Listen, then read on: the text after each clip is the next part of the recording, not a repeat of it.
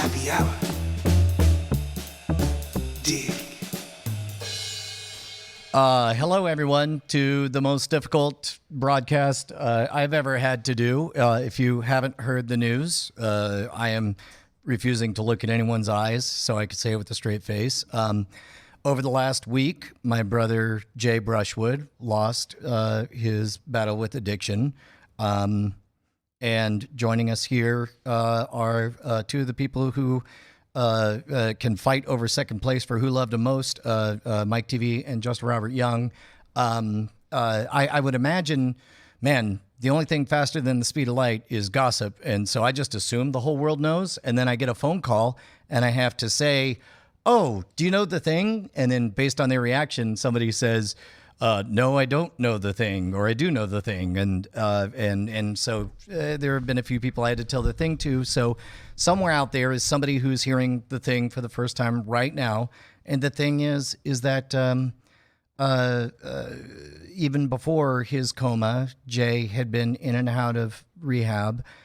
He'd been battling addiction, and we all I think anybody who's been through it knows what this sounds like. We all knew the bill was going to come due, but we never think today's the day that the bill's going to come due. And on election day, the day when we thought that what white privileged geriatric piece of shit sat behind a desk somewhere was important, it turns out the real important thing happened, and that's that my brother, a person who I love very much, passed away. So rest in peace, Jay. So how was your days? Yeah, man. Look,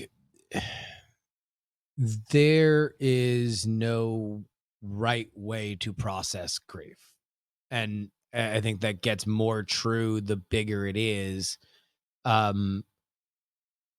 try to like to think of it as like, a snake swallowing. Like, remember when there was like that the snake that swallowed a gator, and you just like saw the snake, the outline of an exact gator, the outline of a gator, right? It's like that's how I kind of imagine grief. It's like it's sometimes it's small and you can just kind of go about your day, and sometimes it's big, and some people are better at dealing with it, and some people are worse at dealing with it. But the one thing that's universal is that there's no one way to do it. There's no right way to do it, and oftentimes. And I think this specifically comes when you're talking about addiction, the finality of it just rips open an entire well of the complications that you go through when somebody that you love is going through that. And it's not easy. It sucks because like you have to now understand that like everything that's gone through your mind up till this point is like, okay, well, there you go. And that's the end of the story. So now you process how you feel about that forever and go. Like that's impossible. It's an impossible thing to deal with. But a couple of things that there remain to be unpacked. Look, we're eventually going to get to a place where all of us are going to remember the best parts of Jay.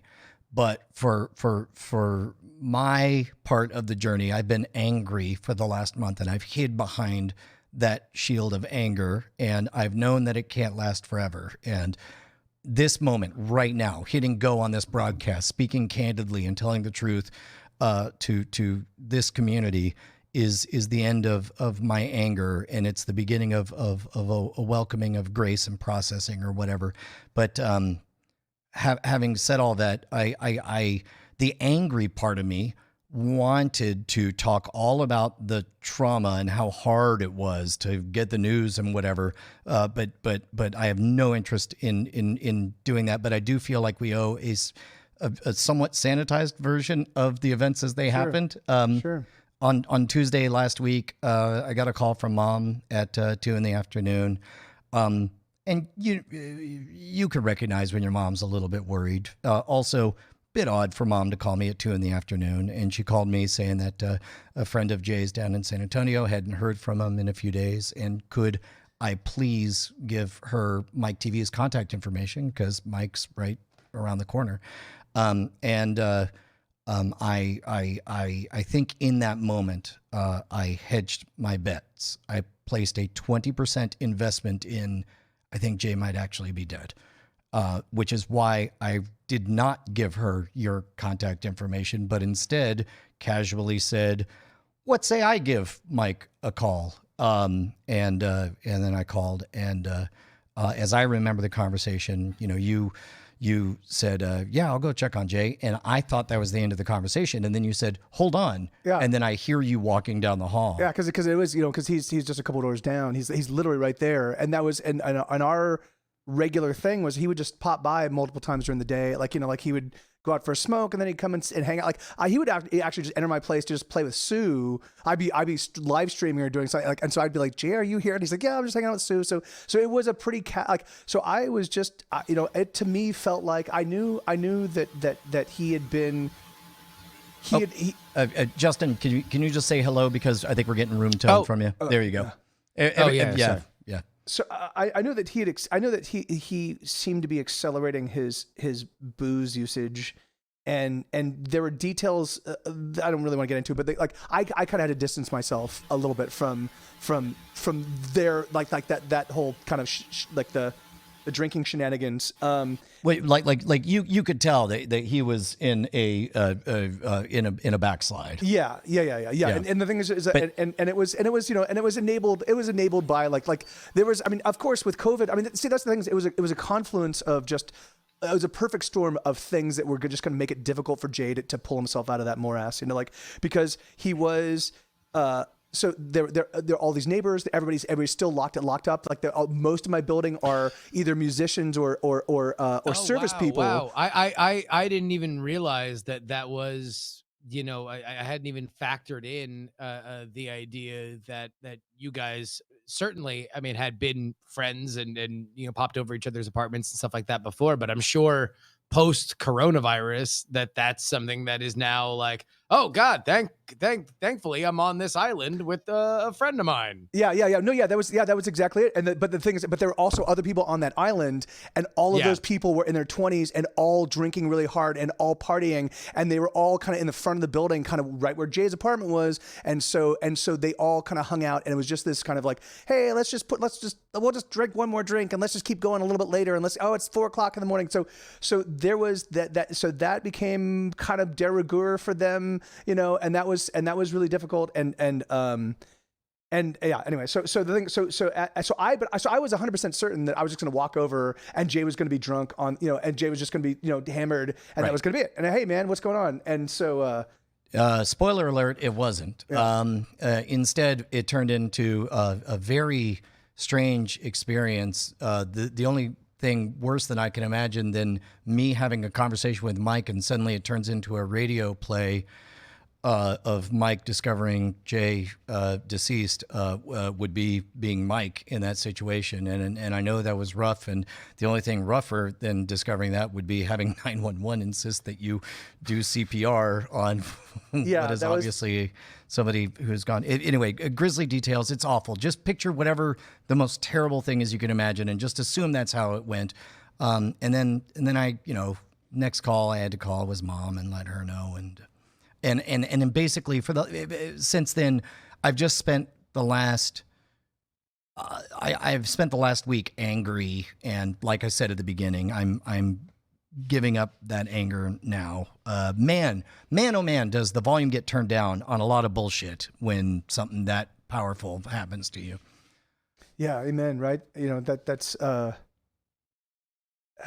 yeah, it's for me again, because my every day I've been conditioned to just be like, oh, there's Jay, and he's just been a presence in my life. My brain is not yet hardwired to the idea that he's gone. So I walk back. I'm walking Sue, and I come back and I look up at Jay's, and my first response, I wonder what they're up to, and then I'm like, and then I go through the whole process of no, he's not there, and that just happens over and over and over again, and so it's like I still haven't really fully just kind of like accepted, at least in my hindbrain, my reptilian brain is still like, oh, Jay, of course Jay's there, and so. Well, and fighting addiction is such a tricky thing to, here's what I have learned is that there's a version of this story that I have to tell to a certain set of humans that involves all the ups and downs, all the almosts, all the came back froms, all the thinkings, we're okay now, all the discoveries that we're not or whatever. And then there's another set of humans where all I have to say is lost his battle to addiction, and they know. There was a member of our family who is a man of very, very few words, and certainly not emotional words. But this man, we had a birthday party for my Josie turned 13, and so there was one very brief moment. This is going to get me. There was one very brief moment when all the kids were running and the dog's barking and everyone's around, and it was just the two of us. And this stoic, strong introvert who is a man of few words just looked over at me and said, "You know, there's nothing you could have done." And I said, "I know." And that's all it took. I mean, it just like, this is somebody who's gone through it himself, and it meant like that was so powerful to me and meant so much. And what a pisser. And I'm trying very hard to summon the courage to get to the part where I start to actively remember all of the joyful things about Jay, but I'm just barely getting out of the morass of the confusion and the. Well, I mean, and just for folks to understand this, if you've never had somebody in your life or your family that's gone through this, the worst thing about addiction for those around you is that there is no way out of this dark forest. Like it is for somebody who cares the most about somebody going through this level of destructive addiction, the ability to bullshit your closest people that you love the most is as infinite as your creativity, as the creativity of the human mind. Well, and like, I think there will always be a way to go in, the way to go out, a feint, because it's you can't even really rationalize with the person that you're talking to because they're lying to themselves. Well, and that's the worst part. And that was something that actually gave me a lot of comfort, when Jay had gotten through his coma, and we started to see what looked like a backslide. And man, there was a lot of in and out. But it was you, Justin, that reminded me. Here's Jay's challenge: is that addict Jay is just as smart as regular Jay. And everything that regular Jay thinks is going to be so clever can be undone because addict Jay is every bit as smart as he is. Yeah, and that's and that's the thing about addiction is that you always sell yourself on, okay, you know what, tomorrow I'm gonna do it tomorrow, like I'm gonna totally get my shit taken care of tomorrow, but right now I'm just gonna fuck myself up, and the thing is and it becomes this like and then when you know you're about to go on spring break, I mean, might as well do all the homework you can before spring break. Yeah, exactly. So and the thing is, and so what happens is each time you fail that, each time you go, okay, you know what, I set this goal for myself to behave in this way, and you fail that, it makes it that much easier for you to keep failing that. So the thing is, like, and so it eventually just becomes, and that was the heartbreaking thing for me, was like, so when Jay moved into our building, he had plans. He really wanted to get out of gaming. Like, he was just so he's like, gaming is just really killing me. The schedules are terrible. Like I don't like the job. I don't like what I do. I want to do something else. And so we were talking about like, well, what do you want to do? And he's like, I'd like to try podcasting, or I'd like to try live streaming on Twitch, or I'd like to do something. I just want to do something that's going to be fun. And like, I was like, dude, let's, if you and I want to do something, let's do it. And there was these periods where we were excited and we were talking about different things, and so he got a bunch of gear and he started getting it all set up. And it was this process of like, okay, he's choosing a new thing, a new sense of purpose, and that was awesome. And then suddenly that just started to slip away. We started having those conversations less. I'd ask him about it. I'm like, dude, you got all this stuff? Like, let's just, why don't I right now, let me finish what I'm doing, and in half an hour, I'll swing over to your place and let's get it all set up. So you just have it there, and at first he was like, yeah, let's do it, but let's wait an hour. Like, until eventually it was like, oh, I'll just do that later. Like, I could see that for some reason there was that disconnect where he, like, that the promise of something new was no longer there. Like, it was now just all pipe dream. That was heartbreaking. Something that it helped me kind of visualize what I've seen in my own family is the idea that, like, if you think of everything that swirls around addiction as like a circular stairwell, right? Like one that is like you go like lower, but you're always like kind of either walking up or walking down, and you're doing that. And when you're fucking yourself up, you're doing it because you're always able to look up and see all those steps that you're going to need to walk back to get there. And you're always either walking down or you're walking back. But whenever you get into those, tomorrow I'll do it. Man, is it easy to look up and see all those steps that you need to walk. And man, is it longer. There was a lot more tomorrows than the last time that you said tomorrow, and you really kind of meant it in the way you meant it. And I think it's like, it just keeps you down. It like the thought of trying to walk back is its own punishment, because that's your brain ensuring that it gets the next rush of whatever. I mean, like, that's the horrifying part of addiction, is that it really is just your brain wiring itself for self-destruction. Mm-hmm. Like it is there to combust, and it is using all of its power to do so. And that, it's horrifying when you tell stories like that about Jay, because it's somebody that obviously even this audience knows, because he was such a part of the show, is just this like supernova of joy. So much so that, like, I would even say it was like probably 5 years ago was the first time that I saw him, and I just knew there was a pain behind his eyes that, like, I was just profound. Because there are some people that are good at lying out loud, and there's some people that are not. And Jay was somebody who I think always sort of wore it, but you knew he wanted to be there. He wanted to. I think he even maybe felt an obligation, because he knew that he was an outgoing guy. But it's fucking. It's the worst. And if anybody's listening to this and you understand that these patterns of behavior, either in your own life, past or present, or you are somebody that has dealt with this as a friend or loved one, just take this as an opportunity to understand that, if you're around them, it's not like Brian said, like, there's nothing that you can do beyond just being a beacon off the shore to say, like, hey, when you're ready, I'm here. That's the hardest part, is learning that when you have a loved one who's dealing with addiction, that that you can, like, I always would take Jay's call. Like, I would leave in the middle of a broadcast, and I'm pretty sure I have, to take Jay's call. Mm-hmm. Mm-hmm. But also was like just aware, like there.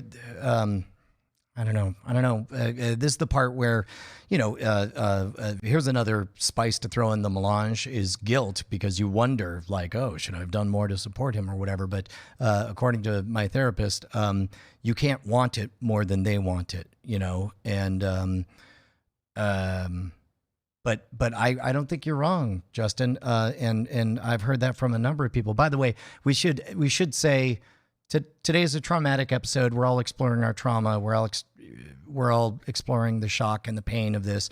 But it would be nice, as all of us come to heal, to remember more of the best parts of Jay. And I'm sure a lot of people have memories of meeting him in person. I'm sure a lot of people have memories of interacting. Dude had a 20-year career in AAA video game titles. He worked on the first Call of Duty Black Ops. He worked on Return of Castle Wolfenstein. He worked on Star Citizen. He worked on Duke Nukem. There's this one, as a matter of fact, my friend Brady wrote some stuff, and a lot of this is inside baseball, But let me read as much as I can get through the parts that that I think will be relevant. One thing Brady wrote, and there was a circle of hardcore gamers back before there was a word for LAN parties. We were having them. We didn't know what to call them, so we called them pack fests because we would all show up packing heat, and whoever packed the most heat was the coolest. But my friend Brady wrote, back in college, several of us talked about getting into the games industry. Jay's brother Brian and I engaged with the notion to various degrees, but Jay actually did it, leading to a 20-year career in game development. The best answer I've ever had when asking a friend what they were up to at work was when Jay told me they had brought in a stripper at 3D Realms so that they could model the stripper boobs in Duke Nukem Forever more realistically. Jay had the weird experience of spending a big chunk of his 20-year career working on Duke Nukem and Forever and Star Citizen, two of the most delayed games of all time, but he did get to work on many other titles and meet some famous people and have some good times along the way. Pretty sure he did a modeling session with Mark Hamill at some point in England. Man, like that's the part that I think maybe Jay was modest and didn't want to brag to me, but I want to hear more about Jay's rockstar life in the AAA gaming titles. But he also says, despite his gifts and the fact that many of you have never, ever seen Jay in any state other than turbo happy, Jay had a rough road in life. First time Brady met him was when he and I guess I should read his words, when Brian and I drove from UT to his parents' house outside Houston after he had a bad seizure. Jay had a seizure disorder growing up, and he was always on heavy meds to, subdue the seizures.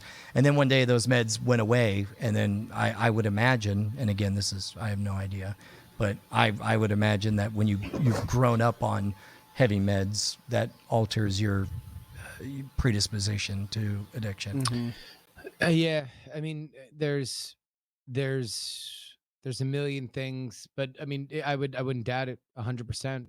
Like, there's Wait, did I say the email to send in? mail@nightattack.tv. Send in some good vibes and good thoughts. Mail@nightattack.tv, and we'll try to. Try to is, by the way, fuck the words try to is code for we will not. Send it in to mail@nightattack.tv, and we may or may not talk about it live on air. I hope we do. How about that? That's genuine and honest. Mike, when was the first time that you met Jay? So it was at a Scam School episode. I think it must have been 2014 or 2015. It was a Scam School episode at Handlebar, and it's really funny because I actually still have. So we met. Jay walked up to me and he's like, "Hey, I'm Brian's brother," and I'm like, "Hey, man." So we sat at a table. There's actually photos. I know that there are some photos of our first meeting. Jay had some. I'll see if I can find them somewhere. It was me and Jay. I think Bryce was with us for a little while. There are a couple other folk, but Jay and I just literally spent the entire evening talking. We talked about games, we talked about comics, and it was like one of those instant chemistry clicks. Yeah. And I remember that he gave me his number, and I was at this point in time I was pretty drunk, and I changed his name to like Jeerkat, like I can't Jeerkat the Magnificent or something ridiculous, something like and I'm like, is this okay? And he's like, that's perfect. And so it's been that ever since, and so I'm constantly. I still go through and see that that Jeerkat the Magnificentio is. And I haven't been able to take even one step on a walk down memory lane. Haven't been able to look up a single email. Haven't been able to, I've been terrified to look and even find out when the last voicemail was. I have no idea yet what our last text message was. Yeah. In fact, talking about regret, and talking about those guilt things. The thing is like there were a couple of exchanges that I was privy to and part of during those last handful of weeks where I look at like I feel like I exacerbated things because Jay's not big on confrontation, you know, and so I kind of, and he was complaining. Jay was very big on the word maybe, which is part of why I hate the word try. And that was one of the things where in the later days of, you know, recognizing that, oh, Jay's really struggling with addiction. Like at some point he said, oh yeah, no, I'll try to make it out. And it was like, I was like, I get it. That's code for you definitely will not be there. And then Jay, you know, again, not wanting to conflict would go, ha ha ha. And then that was the end of the conversation, you know? Similar to, you know, he was able to keep the lights on because he was, you know, on various forms of, you know, shit that happens after you change jobs. And, you know, so he wasn't like, I mean, man, talk about a fucking recipe. 2020 and a coronavirus and the world telling you that your job is to do yourself a favor, stay locked in a room on an island and just wait. And and everything can be delivered. And then there's also people on that island that are also like, hey, it's party time. We're all stuck here and it's just party time. Oh Jesus, what are you gonna do? Fucking close that door and be all like, well, I'm on an island, but I really want to stick to my 12 by 12 cell. Yeah, exactly. Well, and that's the crazy thing is that, you know, I think, and Brian and I talked about this, that between both of us, there was a moment of the initial lockdown that was like, all right, global spring break. We'll all remember that time that we all had 3 weeks off together. And like, boy, we're going to watch Tiger King and we're going to play Animal Crossing and we're all going to have these like references and we're just going to, it's beer o'clock at 11 a.m. And it's like, when that's the responsible people, and the responsible people are like, fuck it, here's like some weird staycation that we have just been mandated. Like, good God, I can only imagine somebody that is having a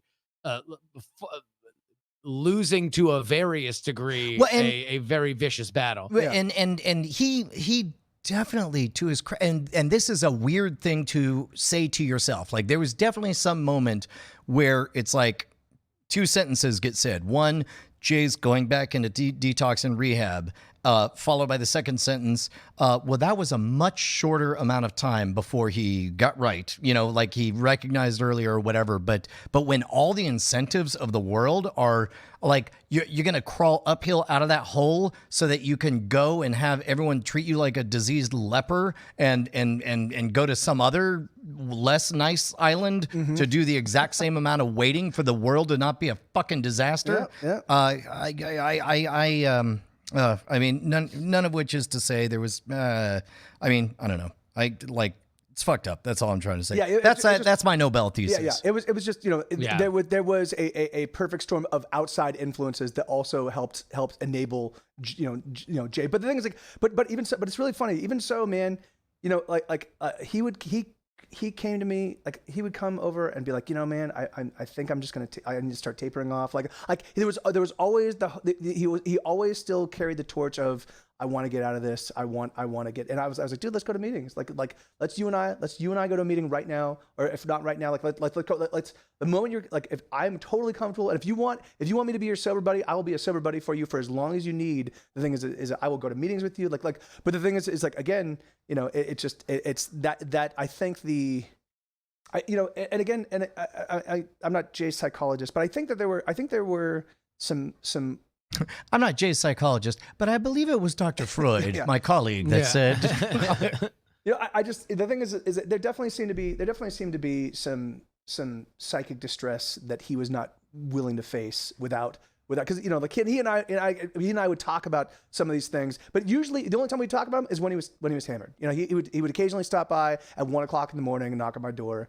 I'd climb out of bed. Hey man, come on in. You know, because and then we would talk about just some of the details of kind of like the things that the you know. But eventually, yeah. Anyway, and I was like, okay, I see that, man. The thing is like I see your pain. It's I you know, like I wish I could do something I can't, though, other than just be here for you if you want and keep talking. But I think the first thing is like, let's get you off the booze. Like let's just let your head clear out. Yeah. Just let your head clear out. I promise you 1 month of just not drinking, you'll be amazed at like how clear things are and how you don't wake up, like because I myself struggle with addiction. So you know, and that waking up each morning and feeling and thinking like, I'm just a piece of shit. Like I just wasted yesterday. I just fucked off, and you reach this cycle of excoriating yourself, you know. And I was like, and I saw him doing that. I'm like, dude, like just get a little runway, just get a little clarity, you know.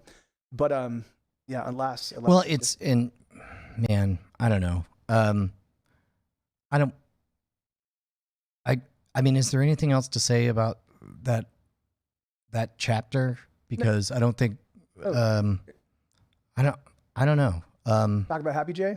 Yeah, I mean, it's tough because, well, and this is one of the curious aspects of walking the path with somebody who's struggling with addiction is you feel guilt for celebrating the happy moments, because oftentimes Jay was loose. He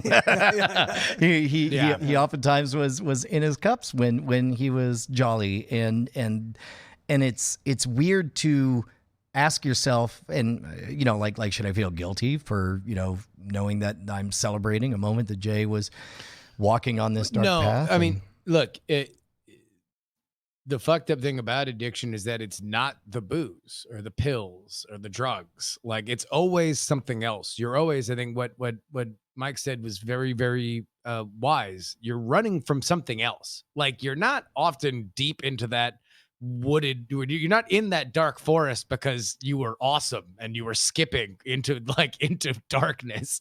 Like, you know, sometimes you like to celebrate, you like to tie a few too many on, and you get a little fat or you get a little lazy, and you see your progress is flagging, and you're like, oh shit, all right, I got to calm that down. Maybe no more noon beers for me, and that's that, right?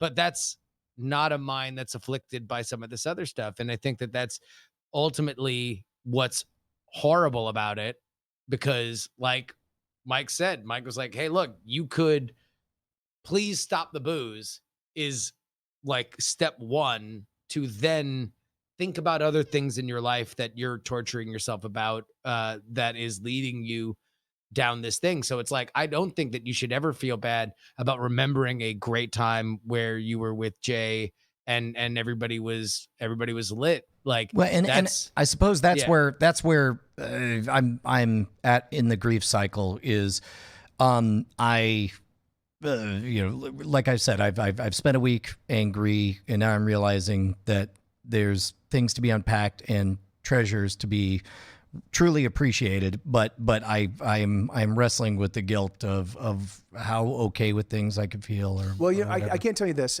You know, because obviously my dad passed in April, and I had a real hard time with that. Like, which is really funny because my dad and I had no relationship, which I guess that was like. I figured, that's why. Spoiler alert. That's why. Yeah, exactly. So I figured. By the way, I got one of those coming. I understand. I understand that model. Yeah, man. Yeah, you know, and the thing, and you know, and so and it's really funny. And no matter where Jay was on the sobriety thing, the thing is that regardless, like he would just walk over sometimes, and I'd be in distress. He'd be like, "Dude, come here." Oh God, Jay hugs were the best hugs. Can we just take a moment and appreciate the sommelier chef's gifts of Jay hugs? Fucking hell, and I would just fucking lose it. I'm like, dude, you know, and he would just fucking hold me, and he just fucking be like, he's like, dude, he's like, I always got you back. You're my brother. Like he would just say that, and I was like, and it just fucking melted me, and it was like, I'm like, yeah, and the thing is, so again, going to the guilt thing, I feel like I was in this last period, I wasn't able to do that for him. Like I wasn't able to go up to him and be able to give him that same kind of relief. And be like, dude, you know, I tried, but whatever it was, like, you know. And look, this is us all wrestling with perceived guilt and. Well, I mean, no, I mean, but anyway, but he was there for me. So no matter where he was in his own, when I was in my lowest, he was always there. Like, dude, just come here, You know, and the thing is, like it was, yeah. So yeah, but you want to know what? You were there when you let him in at 1 o'clock in the morning, and you were asleep, and he needed somebody to talk to. That was you. I mean, you guys. Yeah. That's something where we always model the behavior that we expect of others on our own behavior, or what we wish our own behavior was. But knowing you and knowing Jay, you are a big, open, beating heart. It is very easy for to tell. And I think if I walked up to you and I sensed that something was off, and I'm like, hey man, are you having a shitty day, Mike? Like you'd be like, "Oh, dude, yeah, absolutely. I was blah, blah, blah, blah, blah." Yeah, the answer you would not get is, like, "What are you, a cop?" You know, exactly, right? Yeah, and that's Jay, and that was the heartbreaking thing with Jay was that like he was a fucking, about as good at hiding his emotions as a traffic light, and so you knew that like that some shit was wrong, but there was no. He was not there to open up, right? Like him opening up was him coming to you. You did fucking everything. That wasn't in his playbook. Anybody saying hello, like per the Mike TV and the Brian Brushwood, and I think to an extent the Just Robert Young playbook, hello is code for yes, I would like to tell you what's really on my mind and what's bothering me, right? And that was not the case with Jay. With Jay, hello was code for would you like to ask me what is important in my life and support me right now? And he would, Yeah. Yeah. I mean, but yeah, there's nothing, to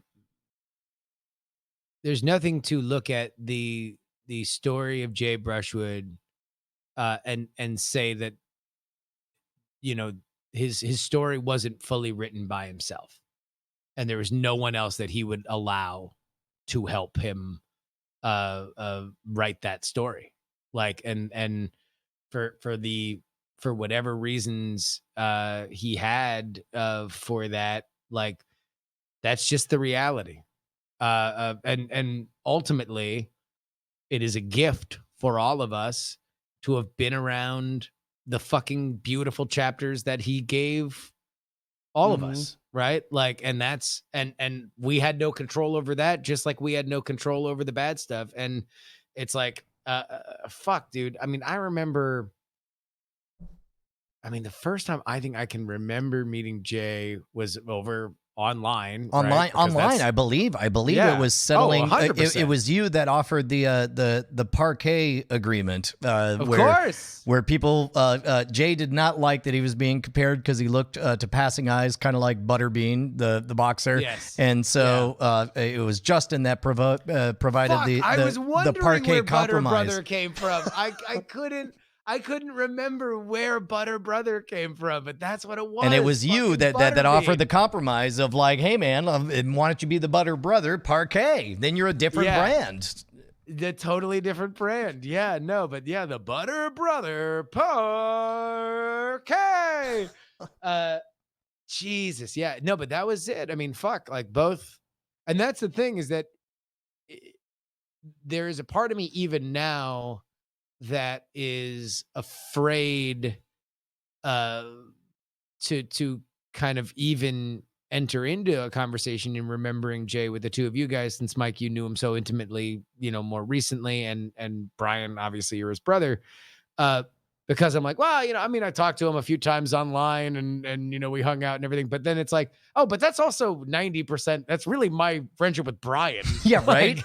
Like 90% of our conversation has been on Skype. So it's like, but that's the thing about Jay, is that even from the first moments, like even that story, which I had forgotten, like there was just this innocence to Jay that like was just irrepressible. Like, and it wasn't that he wasn't,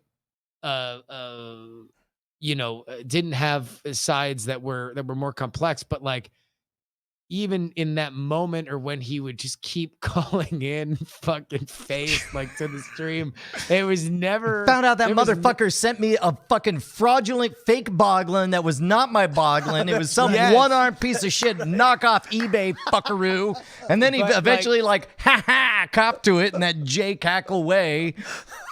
But there was always this moment where it didn't matter whether or not he was doing something that was like fucking like legit destroying the show or annoying. It was always just like your fucking little brother who kept wanting to touch your model airplane. Like there was just like, there was something beautiful about it, even even in I mean, in a way much, that I don't know. much if to my anybody chagrin could and fucking- annoyance, as was visible at certain points. It's just like, Yes. the fuck you doing? This is we're in the middle of a fucking show. All right. But there was just an innocence and amazement with it that was fucking mesmerizing. Well, okay. I feel like we've done our public. Is there anything about the shock and trauma that there's left to say? Can we move on to the parts where we begin our ongoing healing journey of remembering absolutely great moments about Jay? Sure, of course. Like I said, I've hid from this all week, and mail at nightattack.tv. Here's the real thing: is in an age of COVID, it's we didn't even know if we'd be able to do any kind of remembrance or whatever. I don't know what thing will end up happening, or who will be allowed to come, or where it's going to be, or even when.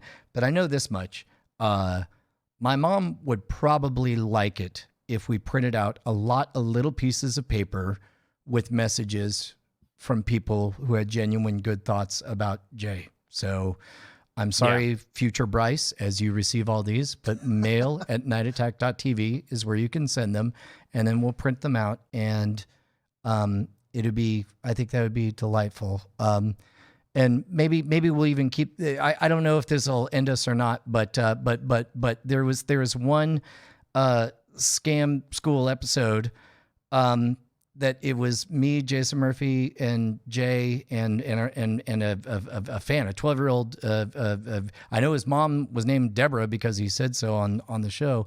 But maybe if you never experienced Jay, just buckle up, because I think we can give at least a taste of what it was like to be with him. And we're just going to show this freaking weird this episode for you. There are 3 characters in this story. I need names for them. Guy's name. Hannibal. Guy's name. Pandaloony. Hannibal, Pandaloony, and a girl's name. Deborah. Thank you. Hannibal, Pandaloony, and Deborah. Yes. Hannibal is looking at Deborah. Deborah is looking at Pandaloony. We don't know which way Pandaloony is looking. Pantaloony's dead. He just killed Pandaloony. 2 on the nose there. Pandaloony Jesus is Christ. in a superposition. He's Schrodinger's cat right now, okay? But we do know that Hannibal is married, Pandaloony is not. So the question is a married person looking at an unmarried person? Well, if this guy's married, First of all, use his name. oh, I'm sorry. If Hannibal is married Hannibal is married. and he's staring at Deborah, Yeah, we don't she's- know if she's married or not. Yeah. No, she's like got eyeballs for Pantaloony. You're looking at him like he's the one who made up the terrible name. No.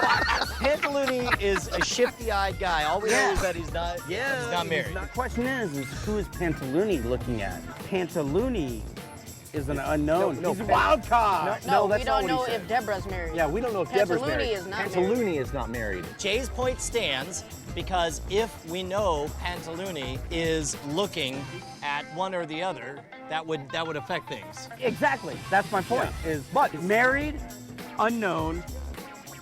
What? Unmarried. Yeah. You just said unknown. You messed up my groove. Your time was wrong. Cut to me as Emperor Palpatine, just watching the 2 of you fight. You messed up. Pantaloony. Yeah, Pantaloony. He's unmarried. We don't know about We don't Deborah. know. No. Yeah, no, unmarried. Yeah, unmarried. Married, unmarried, unknown. Oh. Well, that's just Pantaloony for you. That shit was on TV. That was in the Science Channel episode of Scam School that we put together. That's just Pantaloony for you. Holy shit. That's such a great Jay moment of just like full on busting, like, well, what can you do? Who's ready to move on? I just love the fucking bullshit name that he just came up with out of his ass. That's just Pandaloony for you. Oh, my God. Fuck. Let us all strive to be like Pandaloony and not letting it get to us. Fuck. I don't know. What else is there to say?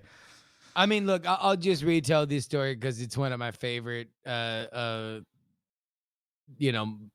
it was the last kind of like close moment that I had with Jay. But when long before the HQ was the polished spaceship that it you see today with all these amazing things, there was a far less finished version. That Amazing things like a septic system. Yeah, like a place where you didn't have to shit in the yard. Yeah, like a shower, any kind of insulation. It was more like an abandoned house, and so I'm sleeping in there, and it is that part of Austin gets windy, and so you just hear, between the fact that it's right on the road and it's windy, it is like, and also like known to be unoccupied. Like it is literally, I believe, illegal for me to have collected rent for anybody to stay there. Because it's so far below code. And meanwhile, like, all I've done is built like a 10-year friendship with Brian, where I would charitably say about 20% of it was us on the phone while he's like, yeah, I'm just walking in this abandoned house that hasn't been fully built yet. Like, that's like, so I'm like, oh my God, is there like just, people are going to walk in, or are they going to know that they're going to see one car? And so like, I'm literally sleeping with one eye open, because there's just always like some kind of comical haunted house, like, or like a window rattling or fucking like shit like that the entire night. And then, like you would see in your nightmare, I don't know if I'm asleep or dreaming, and I just see the fucking perfect spherical head of my murderer, like in the door frame. And keep in mind, Jay was a little bit shorter than me, but built more like a bulldog. Like, picture the physique. It wasn't like he could punch through walls, but he looked like the Kingpin. Everyone called him Kingpin. He's a unit, a fucking unit. So I just see like just the door now open, and fucking like this silhouette, like in the first glance, it's just a silhouette. And I'm like, ah! And Jay's like, sup, man? Like, because the light's coming in from behind him, and all I see is, so he might have that big Jay smile. I can't fucking see it. All I see is the silhouette of the Kingpin holding up what looks to be a severed head, and it's only after rubbing your eyes comically that you realize they're breakfast tacos. Yeah, and he's like, hey man, I brought you tacos, and I'm like, thank you. I just shit myself, but I really appreciate me getting tacos now. It'll really cheer up the fact that I shit myself, because I thought I was either actually getting murdered or having a dream where I was about to get murdered. It's so funny because I remember Jay telling me he was going to do that, and I remember thinking, man, I'm really proud of Jay getting sober, trying to be proactive, getting up, doing something in the morning, bringing tacos. That's a real kindness to do to our friend Justin. I'm real glad. And then next phone call, Justin, I just thought I was being murdered. It turns out it's your brother. Oh my God, it was fucking, but we sat there and just bullshitted for hours. But like, yeah, it was in that moment. I don't know if there's anybody else who would have even just walked right in. Like, I think almost everyone else that I know would have just fucking like, you would have knocked on the door for about 10 minutes and then opened the door slowly and said, hello, it's me, I'm coming in. Certainly not in through the front door, through the kitchen. Doors opened one bedroom, second bedroom, must be this third bedroom. Open it up. Oh, there's a sleeping individual. Let me walk. Hold up this definitely not severed head tacos. The fact that he just fucking like, and I can only imagine that I must have started waking up with the first door opens, like, and then like he, like the walking, and so I was literally up just in time to be like, well, I'm sure that's another gust of wind. Fuck. Okay, look, I guess let's go ahead and wrap it up. But thank you for everybody being here at this terrible moment. But know that yeah, today is a bummer and this news is a bummer, but let me also clarify this. One of Brian's requests here. I saw BioCow in the chat say, "Oh, I only know Jay from the stream, so I don't know if I would have anything to say." Please, did he bring you joy? Did he make you smile? Yeah.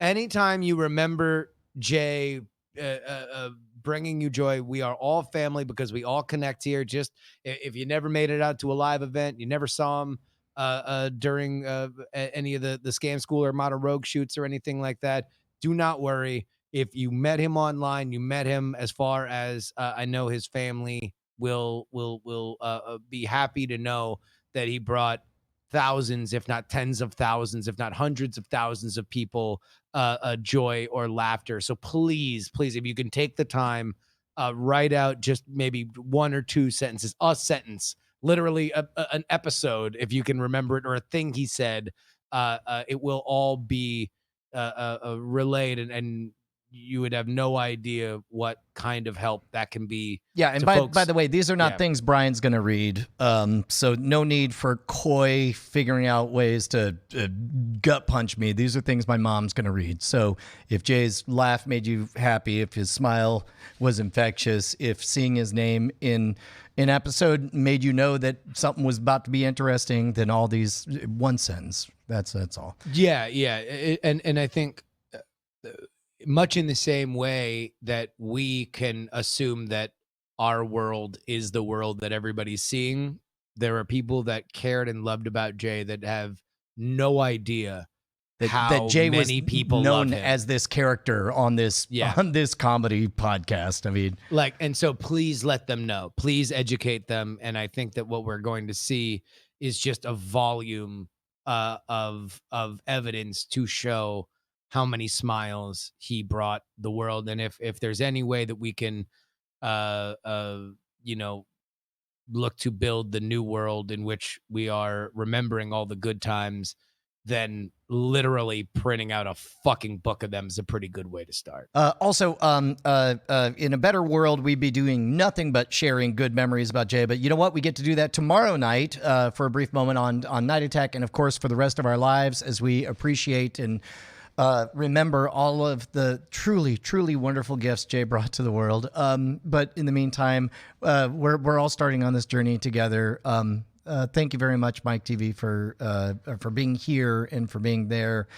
Man, thank you. Yeah, thanks. This was really awesome for me. I don't really have a lot of people to talk to in my immediate circle, which is my dog. Yeah. Sue is not that great to talk to. I mean, he's great to hug and cuddle, but ain't nothing compared to a Jay hug, though. Yeah, I know. Seriously.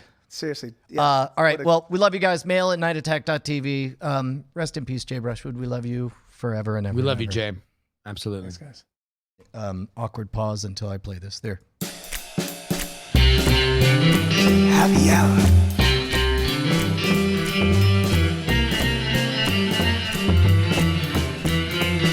Night Attack's happy hour.